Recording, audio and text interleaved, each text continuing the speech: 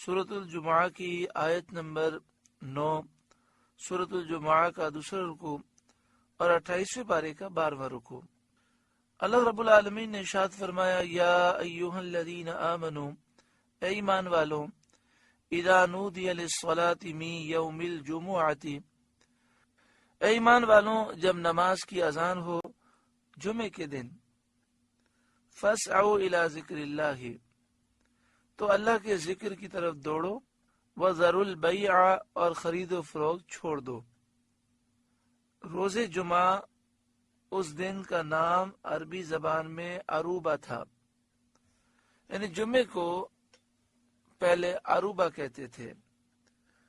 جمعہ اس کو اس لیے کہا جاتا ہے کہ نماز کے لیے جماعتوں کا اجتماع ہوتا ہے۔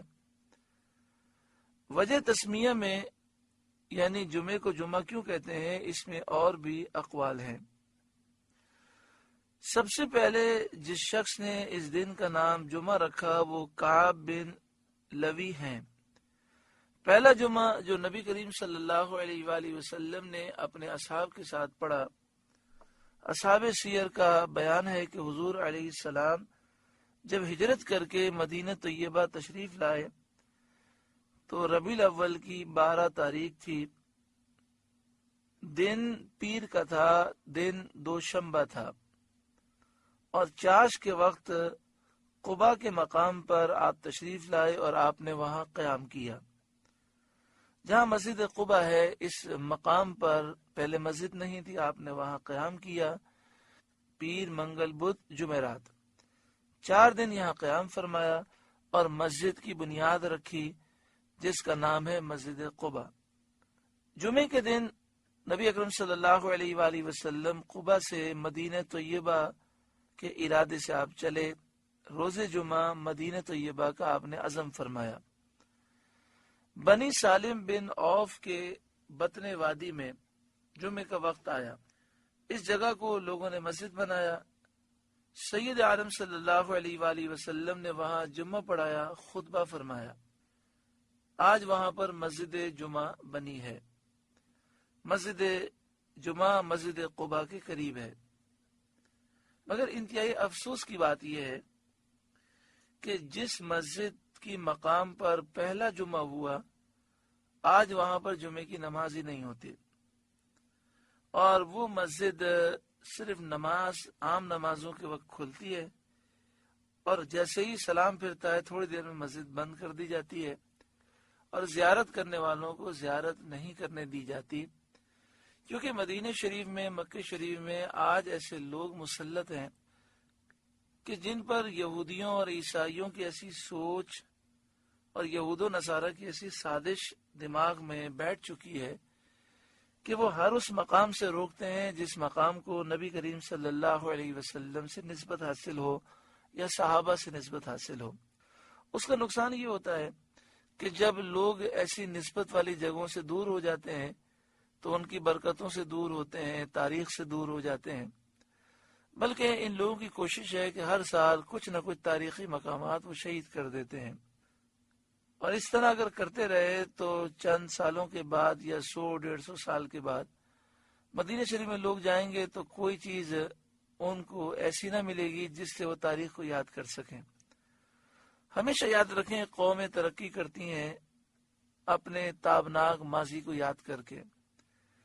ہر دنیا کی قوم تاریخی مقامات کا تحفظ کرتی ہے، لیکن افسوس مکہ شریف، مدینہ شریف اور ارد گرد کے جو علاقے ہیں وہاں پر ایسے بدعقیدہ لوگ قابض ہیں کہ جو اپنے بادشاہ کے گلاس کو تو محفوظ رکھتے ہیں، بادشاہ نے جس سے ٹوتھ پک کیا، جس لکڑی سے اس نے خلال کیا، اس ٹوتھ پک کو تو یہ محفوظ رکھتے ہیں، لیکن نبی اکرم صلی اللہ علیہ وآلہ وسلم اور صحابہ سے نسبت رکھنے والی مساجد کو، مقامات کو یا تو تالے لگا دیے یا شہید کر دی۔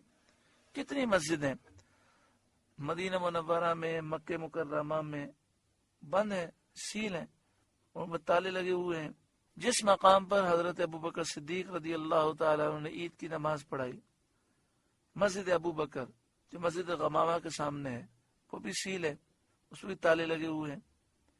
جس مقام پر حضرت عمر رضی اللہ تعالیٰ عنہ نے عید کی نماز پڑھائی، مسجد عمر جو مسجد غمامہ کے پیچھے ہے، اس پر تالا لگا ہوا ہے، بالکل بند ہے، حالانکہ قرآن مجید فرقان حمید میں اس کو کائنات کا سب سے بڑا ظالم قرار دیا گیا جو مسجد میں اللہ کا ذکر کرنے سے روکے اور مسجد کو ویران کرنے کی کوشش کرے۔ جہاں خندق کا واقعہ ہوا وہاں مسجد فتح وہ بھی بند ہے، مسجد سلمان فارسی وہ بھی بند ہے، مسجد ابو بکر شہید کر دی گئی، مسجد فاطمہ وہ بھی بند ہے، مسجد عمر اس کو بھی بند کیا ہوا ہے۔ اللہ تبارک و تعالی سے دعا کریں اللہ تعالی امت مسلمہ کو ان شر پسندوں کے شر سے نجات عطا فرمائے کہ جو اپنے سوا کسی کو مسلمان سمجھتے ہی نہیں ہیں، یہ سمجھتے ہیں کہ سارے مسلمان مشرک ہیں، بدعتی ہیں۔ جو مسلمانوں پر شرک و بدعت کا جھوٹا الزام لگائے وہ خود اسلام سے خارج ہے۔ رب العالمین ہمیں درست عقیدے پر ثابت قدمی نصیب فرمائے۔ تو ہم اس دکھ کی بات کا ذکر کر رہے تھے کہ مسجد جمعہ جس میں اسلامی تاریخ کا پہلا جمعہ ہوا جس مقام پر وہاں مسجد جمعہ بنی ہے، وہاں جمعے کی نماز نہیں ہوتی، اور وہ مسجد صرف نماز کے ٹائم پہ کھلتی ہے اور نماز پڑھ کے فوراً بند، پھر اس کے بعد کسی کو اندر داخل ہونے کی اجازت نہیں ہوتی، زیارت کرنے کی اجازت نہیں ہوتی۔ بلکہ بعض تو ایسے ظالم لوگ ہیں کہ مسجد کو تالا لگایا ہوا ہے، سیل کیا ہوا ہے، اب اس کو قریب سے کوئی زیارت کرنا چاہتا ہے تو اس کو بھی وہ ڈانٹتے ہیں، بسا اوقات مارتے ہیں، ذلیل کرتے ہیں۔ یہ بس قرب قیامت کی نشانی ہے کہ جب قیامت قریب آ گئی اور گناہ عام ہو گئے، دین سے ہم دور ہو گئے تو ان برکتوں سے ہمیں محروم کر دیا گیا۔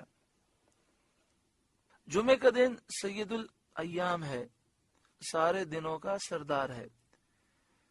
جو مومن جمعے کے دن مر جائے، جو مومن اس روز مرے، حدیث شریف میں ہے کہ اللہ تعالیٰ اس کو شہید کا ثواب عطا فرماتا ہے اور قبر کے فتنے سے اسے محفوظ رکھتا ہے۔ یہاں یہ فرمایا گیا کہ جب جمعے کی اذان ہو تو اللہ کے ذکر کی طرف دوڑو اور خرید و فروخت چھوڑ دو۔ اذان سے پہلی اذان مراد ہے، دوسری اذان مراد نہیں ہے۔ دوسری اذان وہ ہوتی ہے جو بالکل خطبے سے پہلے ہوتی ہے، خطبے سے متصل ہوتی ہے، یہ مراد نہیں ہے، بلکہ اس سے پہلے جو اذان ہوتی ہے پہلی اذان، تو پہلی اذان سنتے ہی خرید و فروخت چھوڑ دینا ضروری ہے۔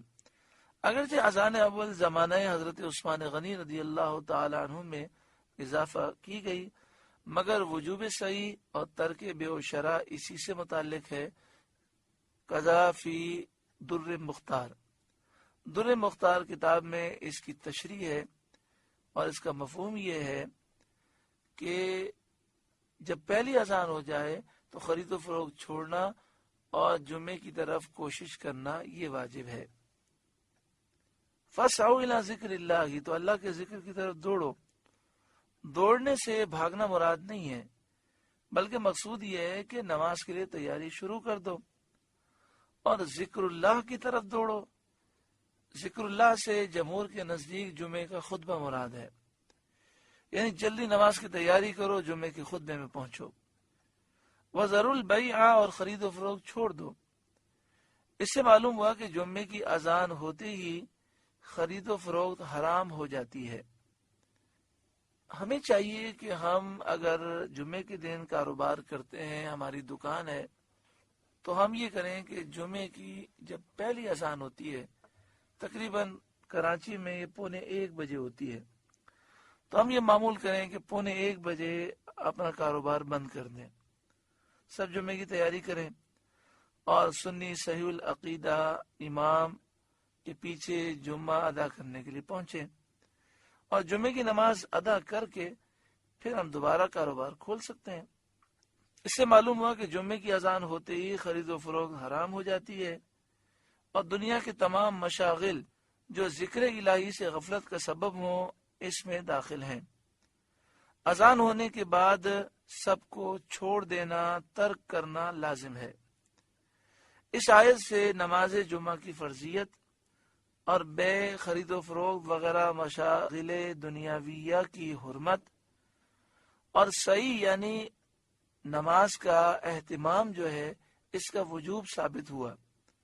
اور خطبہ بھی ثابت ہوا، یعنی اس سے یہ ثابت ہوا کہ نماز جمعہ فرض ہے۔ اس سے یہ ثابت ہوا کہ جب پہلی اذان ہو جائے تو اذان اول ہوتے ہی خرید و فروخت اور دنیاوی مشاغل حرام ہو جاتے ہیں۔ اس سے معلوم ہوا کہ پہلی اذان ہوتے ہی نماز کا اہتمام کرنا واجب ہے، اور اس آیت کریمہ سے خطبہ بھی ثابت ہوا۔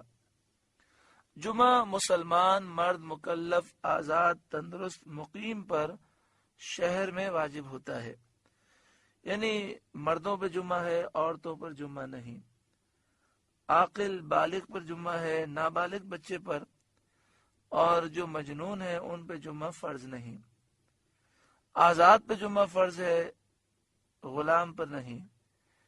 تندرست پر جمعہ فرض ہے، جو بیمار ہے جمعے کے لیے حاضر نہیں ہو سکتا اس پر جمعہ فرض نہیں۔ مسافر پر جمعہ فرض نہیں، مقیم پر جمعہ فرض ہے۔ نابینا اور لنگڑے پر جمعہ فرض نہیں ہوتا۔ جمعے کے صحیح ہونے کے لیے 7 شرطیں ہیں۔ نمبر 1، شہر، جہاں فیصلہ مقدمات کا اختیار رکھنے والا کوئی حاکم موجود ہو، یا فنائے شہر جو شہر سے متصل ہو اور اہل شہر اس کو اپنی حاجتوں کے کام میں لاتے ہوں۔ یعنی جمعہ جو ہے اس کے صحیح ہونے کے لیے پہلی شرط یہ ہے کہ شہر میں جمعہ ہو یا فنائے شہر میں ہو۔ دوسری شرط حاکم، تیسری شرط ظہر کا وقت، چوتھی خطبہ وقت کے اندر ہو، پانچویں خطبہ جمعے کی نماز سے پہلے ہو، اور اتنے لوگوں کے سامنے ہو جو جمعے کے لیے ضروری ہیں۔ چھٹی شرط یہ ہے کہ ایک جماعت ہو، یعنی امام کے علاوہ 3 افراد کا جمعے کے لیے ہونا ضروری ہے۔ 7ویں شرط یہ اذن عام، کہ نمازیوں کو مقام نماز میں آنے سے روکا نہ جائے۔ ذالکم خیر لکم ان کنتم تعلمون، یہ تمہارے لیے بہتر ہے اگر تم جانو۔ فَإِذَا قُضِيَتِ الصَّلَاةُ، پھر جب نماز ہو چکے، فَانْتَشِرُوا فِي الْأَرْضِ، تو زمین میں پھیل جاؤ، وَابْتَغُوا مِنْ فَضْلِ اللَّهِ، اور اللہ کا فضل تلاش کرو۔ یعنی اب تمہارے لیے جائز ہے کہ معاش کے کاموں میں مشغول ہو، یا علم کے طلب کرنے میں، یا مریض کی عیادت میں، یا جنازے میں شرکت، یا علماء کی زیارت اور اس کے جیسے کاموں میں مشغول ہو کر نیکیاں حاصل کرو۔ وَابْتَغُوا مِنْ فَضْلِ اللَّهِ، اور اللہ کا فضل تلاش کرو، یعنی روزی تلاش کرو یا نیک کام کرو۔ وَاذْكُرُوا اللَّهَ كَثِيرًا لَعَلَّكُمْ تُفْلِحُونَ، اور اللہ کو بہت یاد کرو اس امید پر کہ فلاح پاؤ۔ وَإِذَا رَأَوْا تِجَارَةً أَوْ لَهْوًا انفَضُّوا إِلَيْهَا، اور جب انہوں نے کوئی تجارت یا کھیل دیکھا اس کی طرف چل دیے۔ وَتَرَكُوكَ قَائِمًا، اور آپ کو خطبے میں کھڑا چھوڑ گئے۔ نبی اکرم صلی اللہ علیہ وآلہ وسلم مدینہ طیبہ میں جمعے کے دن خطبہ فرما رہے تھے۔ اس حال میں تاجروں کا ایک قافلہ آیا اور حسب دستور اعلان کے لیے طبل بجایا گیا۔ زمانہ بہت تنگی اور گرانی کا تھا۔ لوگ اس خیال سے اس کی طرف چلے گئے کہ ایسا نہ ہو کہ دیر کرنے سے غلہ ختم ہو جائے، اجناس ختم ہو جائیں اور ہم نہ پا سکیں، اور مسجد شریف میں صرف 12 آدمی رہ گئے۔ اس پر یہ آیت کریمہ نازل ہوئی، وَتَرَكُوكَ قَائِمًا، اور آپ کو خطبے میں کھڑا چھوڑ گئے۔ اس سے ثابت ہوا کہ خطیب کو کھڑے ہو کر خطبہ پڑھنا چاہیے۔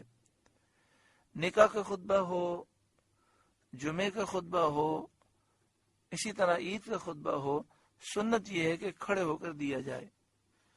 قُلْ مَا عِنْدَ اللَّهِ خَيْرٌ مِّنَ اللَّهْوِ وَمِنَ التِّجَارَةِ، آپ فرمائیے وہ جو اللہ کے پاس ہے کھیل سے اور تجارت سے بہتر ہے، یعنی نماز کا اجر و ثواب جو اللہ کے پاس ہے۔